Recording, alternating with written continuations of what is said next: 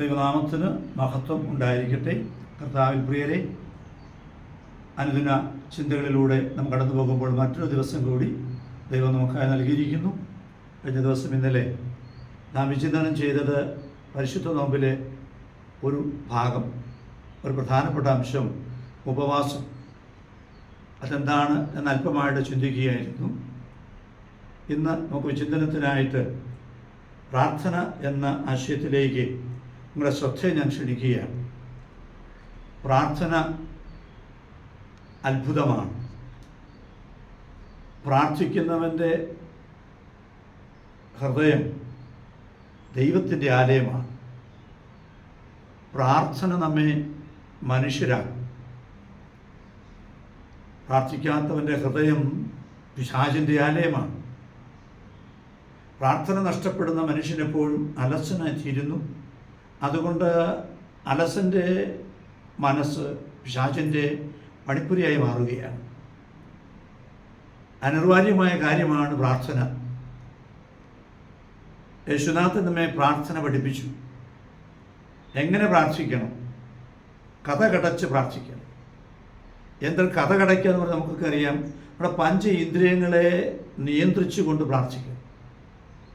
പ്രാർത്ഥിക്കുമ്പോൾ മറ്റു വേണ്ടാത്ത ചിന്തകൾ ഉണ്ടാകാൻ പാടില്ല. പ്രാർത്ഥന ഞാനും ദൈവവുമായുള്ള ബന്ധമാണ് സൂചിപ്പിക്കുന്നത്. എൻ്റെ ദൈവത്തെ ഞാൻ എത്രമാത്രം ആഴത്തിൽ സ്നേഹിക്കുന്നു എന്ന് ഞാൻ മനസ്സിലാക്കുന്നത്, ഞാൻ മറ്റുള്ളവർക്ക് മനസ്സിലാക്കി കൊടുക്കുന്നത് പ്രാർത്ഥനയിലൂടെയാണ്.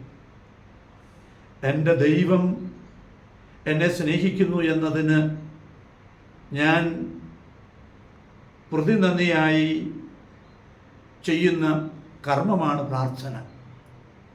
എൻ്റെ ദൈവത്തോടുള്ള പ്രതിസ്നേഹമാണ് പ്രാർത്ഥന. പ്രാർത്ഥന എന്നെ തന്നെ ദൈവവുമായി ബന്ധിപ്പിക്കുന്ന അനുഭവമാണ്. ഒരു എഴുത്തുകാരൻ പ്രാർത്ഥനയെപ്പറ്റി പറയുന്നത്, പ്രാർത്ഥന ഒരു അന്വേഷണമാണ്, ഒരു ഗവേഷണമാണ്, ഒരു നിരീക്ഷണമാണ്, സാധനയാണ്, സാക്ഷാത്കാരമാണ്. അന്വേഷിക്കുന്നവൻ കണ്ടെത്തും. പ്രാർത്ഥനയിൽ നാം ദൈവത്തെ അന്വേഷിക്കണം. ഇഹലോക ജീവിതത്തിൽ പലതും നമ്മെ ആകർഷിക്കുന്നുണ്ട്. പ്രാർത്ഥന ആകർഷിക്കേണ്ടത് ദൈവത്തെയാണ്. പ്രാർത്ഥിക്കുന്നവൻ്റെ ജീവിതം ദൈവഹൃദയമാണ്. പ്രാർത്ഥന സ്നേഹിക്കപ്പെട്ടതാണ്. അതിൻ്റെ ഉള്ളടക്കം സ്നേഹമാണ്. നോമ്പിലെ പ്രാർത്ഥനയിൽ പറയുന്നുണ്ട്, പ്രാർത്ഥന സ്നേഹിക്കപ്പെട്ടതാണ്. സ്നേഹം അതിനെ കരയറ്റുന്നില്ലെങ്കിൽ അതിൻ്റെ ചിറകുകൾ ബലഹീനമാണ്. അവിടെ അത്യുന്നതനെ കാണുന്നുമില്ല. ദൈവത്തെ കാണണമെങ്കിൽ പ്രാർത്ഥന അനിവാര്യമാണ്. പ്രാർത്ഥിക്കുമ്പോൾ ഒരു അന്വേഷണം വേണം. ഞാൻ ആരെന്ത്? ഈ ഒരു അന്വേഷണം, എൻ്റെ ഉള്ളിൽ ദൈവമുണ്ടോ? എൻ്റെ ഉള്ളിൽ ദൈവം സ്ഥിതി ചെയ്യുന്നുണ്ടോ? എത്രമാത്രം ഈ ബാരോമീറ്ററിലെ രസത്തിൻ്റെ അളവ് നമ്മൾ മനസ്സിലാക്കിയതനുസരിച്ചാണല്ലോ ഓരോ കാര്യങ്ങൾ അല്ലെങ്കിൽ ചൂടൊക്കെ അളക്കുന്നത്. നമ്മുടെ ഹൃദയത്തിലെ യേശു അനുഭവത്തിൻ്റെ തോതാണ് നമ്മുടെ പ്രാർത്ഥനയുടെ ആകത്തുക. എൻ്റെ ഉള്ളിൽ എൻ്റെ ജീവിതമാകുന്ന ബാരോമീറ്ററിൽ, മനസ്സാകുന്ന ആത്മാവാകുന്ന ബാരോമീറ്ററിൽ അതിൻ്റെ അളവ്, മെർക്കുറിയുടെ ലെവല് കുറവാണോ, അതോ കൂടുതലാണോ, അതോ മാക്സിമം ആണോ, ഒപ്റ്റിമം ആണോ? ഒപ്റ്റിമത്തിലേക്ക് പോകണം. അതാണ് നമുക്ക് ആവശ്യം. എന്തെങ്കിലും ചെയ്താൽ, എന്തെങ്കിലും പറഞ്ഞാൽ പ്രാർത്ഥന ആകില്ല. പ്രാർത്ഥിക്കുന്നവൻ ഹൃദയം സമർപ്പിച്ച്, മനസ്സു സമർപ്പിച്ച് ഇന്ദ്രിയങ്ങളെ നിഗ്രഹിക്കണം. ഇന്ദ്രിയങ്ങളിലൂടെ കടന്നു വരുന്ന നമ്മുടെ അസ്വസ്ഥതകൾ, ഇന്ദ്രിയങ്ങളിലൂടെ കടന്നു വരുന്ന ചിന്തകൾ, ഇപ്പോൾ കണ്ണിനെ നിയന്ത്രിക്കണം, കാതിനെ നിയന്ത്രിക്കണം, ത്വക്കിനെ നിയന്ത്രിക്കണം, സ്പർശനത്തെ നിയന്ത്രിക്കണം. അതുപോലെ തന്നെ ഘ്രാണേന്ദ്രിയത്തെ നിയന്ത്രിക്കണം, നാവിനെ നിയന്ത്രിക്കണം. ഇങ്ങനെ നിയന്ത്രണം ഏർപ്പെടുത്തി കഴിയുമ്പോൾ നമുക്ക് പ്രാർത്ഥനയിലേക്ക് കടന്നു വരുവാൻ സാധിക്കും. ഒരു ഉചിതമായ അനുകൂലമായ സാഹചര്യം പ്രാർത്ഥനയ്ക്ക് ആവശ്യമാണ്. ഈ അനുകൂല സാഹചര്യം സൃഷ്ടിച്ച് പ്രാർത്ഥിക്കാത്തത് കൊണ്ട് നമുക്ക് ദൈവത്തെ കണ്ടെത്താൻ സാധിക്കുന്നില്ല. ദൈവത്തെ കണ്ടെത്തുവാൻ സാധിക്കണം. പ്രാർത്ഥിക്കുമ്പോൾ നമ്മൾ പ്രോജ്വലരായി മാറും, ഉജ്ജ്വലരായി മാറും, പ്രകാശിതരായി മാറും. യേശു പ്രാർത്ഥനയുടെ അനുഭവത്തിലാണ്.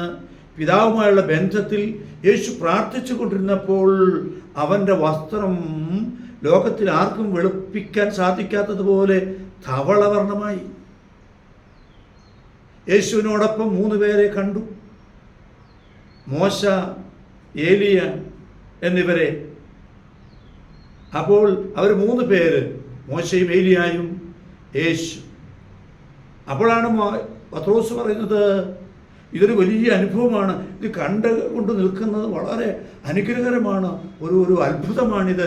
ഈ ഒരു ചൈതന്യത്തിൽ, അനുഭവത്തിൽ നിലനിൽക്കുവാൻ ഞങ്ങൾ ആഗ്രഹിക്കുന്നു. അതുകൊണ്ട് 3 കൂടാരങ്ങൾ ഉണ്ടാക്കട്ടെ. ഈ വലിയ സാന്നിധ്യത്തെ ഈ കൂടാരങ്ങളിൽ ഞങ്ങൾ സ്വീകരിക്കട്ടെ. അപ്പോൾ പ്രാർത്ഥനയിലൂടെ അനുഗ്രഹം നമ്മിലേക്ക് കരകവിഞ്ഞ് ഒഴുകി വരും. പ്രാർത്ഥന, നമ്മൾ നടത്തുന്ന എല്ലാ കൂദാശകളും പ്രാർത്ഥനയാണല്ലോ.